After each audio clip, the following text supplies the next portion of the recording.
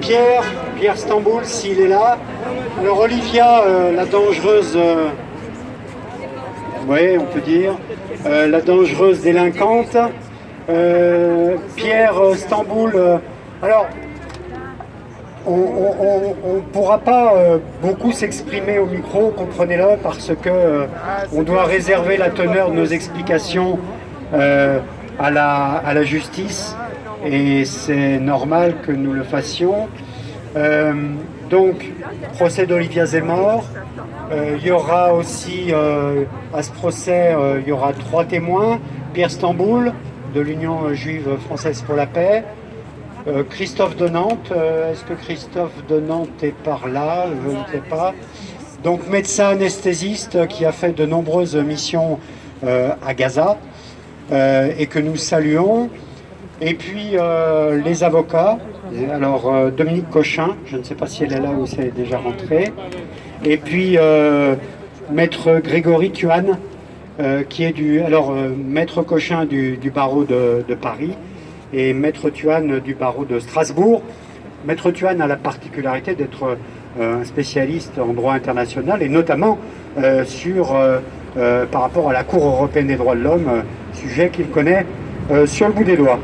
Alors, sans transition, quelques mots d'Olivia, et puis ensuite, toutes les organisations présentes, et nous les saluons, associations, organisations, syndicats, toutes ceux et toutes celles qui sont présentes, au nom d'une organisation, pourront bien entendu prendre la parole et sont invités bien entendu à prendre la parole par la suite. Mais nous, on a un petit timing à respecter, puisque avant 14h, il faudra que nous soyons rentrés dans ce palais de justice. La parole à Olivia. Bonjour. Alors, pour préciser, Maître Thuan est un des artisans de la victoire à la CEDH en juin dernier. Et donc, c'est lui qui a fait condamner l'État français à payer plus de 100 000 € de dommages et intérêts aux militants BDS de Mulhouse qui avaient été condamnés par l'État. Voilà la petite précision. Sinon, moi, je voudrais d'abord vous remercier tous très chaleureusement pour votre présence, dire que je suis vraiment extrêmement déçu du fait que vous ne puissiez pas assister à cette audience qui devrait être quand même assez intéressante. Et puis, je voudrais vous remercier pour vos actions de soutien au peuple palestinien et remercier le collectif Palestine 69 qui a mené cette campagne de boycott contre Teva et qui fait que on est là aujourd'hui. Et Teva, je veux dire qu'on a raison de faire campagne sur le plan international contre Teva, parce que Teva n'est pas simplement une entreprise israélienne.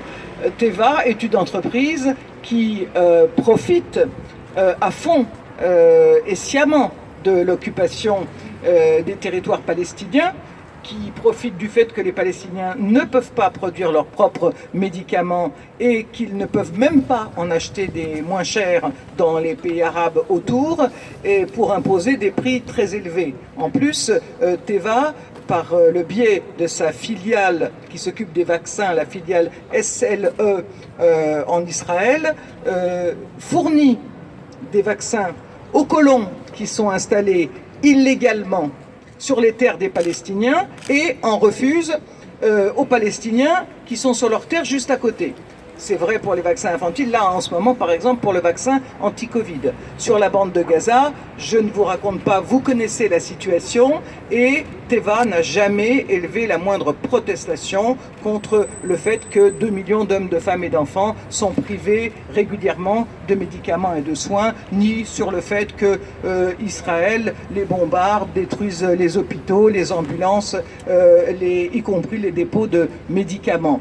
Bon, si vous voulez, Teva ne brille pas par son éthique. C'est une entreprise qui a été condamnée à de très multiples reprises pour corruption, pots de vin, fraude massive à l'assurance maladie, mise en danger des patients, pollution des eaux.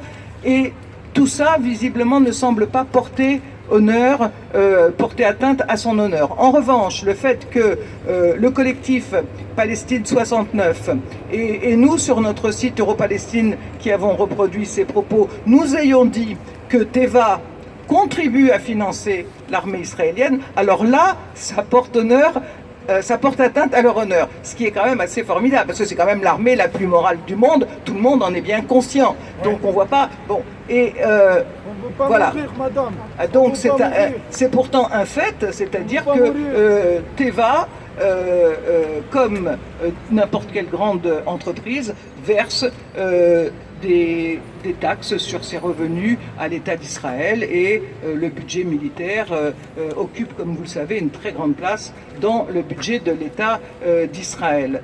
Donc, c'est, si vous voulez, intéressant que ce procès se déroule, que ce soit finalement Teva qui, d'une certaine manière, se démasque en engageant ses poursuites, puisque grâce à ce procès, eh bien maintenant, des centaines de milliers de personnes, pour pas dire des millions de personnes dans le monde, qui n'étaient pas forcément au courant que cette entreprise était aussi corrompue, malhonnête, je le dis, ils ont qu'à m'attaquer en diffamation s'ils le veulent, et aussi impliquée dans l'occupation et la colonisation. Maintenant, les gens, s'ils ne le savaient pas, ils le sauront, et il faut continuer à le faire savoir. Donc, voilà, nous avons raison de continuer à répondre à l'appel des Palestiniens, l'appel BDS, boycott des investissements, sanctions, parce que c'est un moyen intelligent et efficace de lutter contre la barbarie. La barbarie, c'est tout ce qu'on a dit, hein. C'est les murs, les enfants torturés, les bombardements de populations civiles, les emprisonnements massifs, les maisons démolies, etc.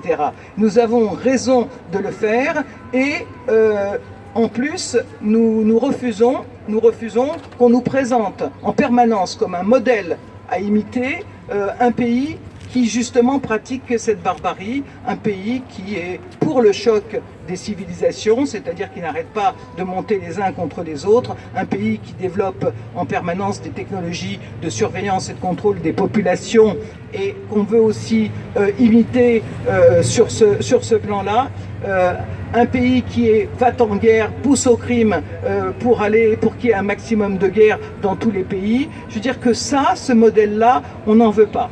Et donc, non seulement nous défendons les droits légitimes du peuple palestinien, mais nous défendons aussi nos droits à une société qui soit une société humaine, non barbare. Et c'est très important parce qu'il ne faudra pas venir se plaindre ensuite si on ne bouge pas à partir du moment où tous les soirs, je ne sais pas si vous avez vu au JT, on nous présente, il y a toujours un épisode et Israël formidable, la vaccination, regardez le passeport vaccinal, etc.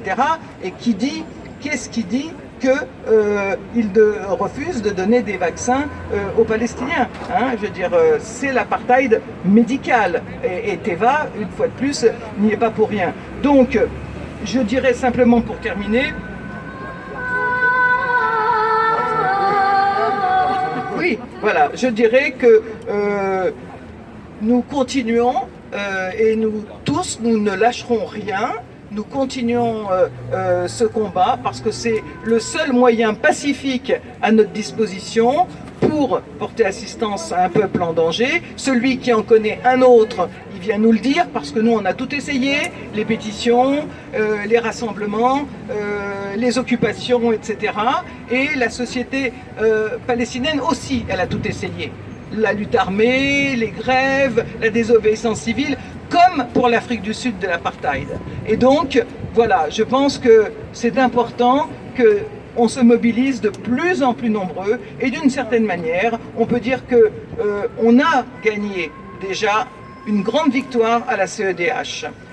On a la CPI qui a enfin ouvert une enquête contre les crimes israéliens et quels que soient les procès qu'on nous fait, la campagne de boycott, elle ne cesse de s'amplifier grâce à vous. Je vous en remercie encore. On lâche rien. Palestine vivra, Palestine vaincra, Palestine vivra, Palestine vaincra. le savez, il y a en ce moment une tentative d'essayer de criminaliser à toute force l'antisionisme, le boycott des investissements sanctions et en règle générale toute critique du régime israélien. Ces tentatives s'appuient sur une instrumentalisation totalement éhontée de l'antisémitisme. L'antisémitisme, c'est notre histoire intime. Et aujourd'hui, voir des gens qui sont des adeptes du racisme, du suprémacisme et de l'apartheid oser parler d'antisémitisme, c'est quelque chose qui est absolument obscène et indécent.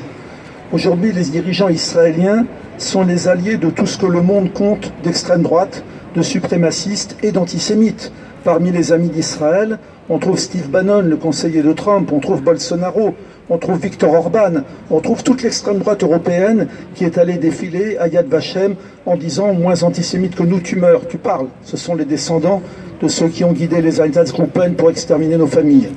Donc cette instrumentalisation, nous ne la laisserons pas faire. Nous rappellerons sans arrêt que les valeurs de ceux qui martyrisent le peuple palestinien aujourd'hui sont infiniment plus proches de ceux qui ont perpétré le génocide que de ceux qui l'ont subi. Et aujourd'hui, il faut saluer la présence de très nombreux juifs en France, mais aussi aux États-Unis, mais aussi en Israël, pour le boycott et pour la punition de ce régime. Je tiens particulièrement à saluer nos amis américains de JBP, Jewish Voice for Peace, qui, au terme d'un très long débat interne, se sont ralliés au BDS et à l'antisionisme. Je tiens à saluer nos camarades israéliens de Boycott from Within, boycott de l'intérieur, qui disent que leur société est tellement malade qu'elle n'a plus les moyens aujourd'hui de s'autoréguler, qu'ils ont absolument besoin d'une aide pour faire cesser la barbarie. Je compare ces camarades aux Français qui étaient des porteurs de valises pendant la guerre d'Algérie.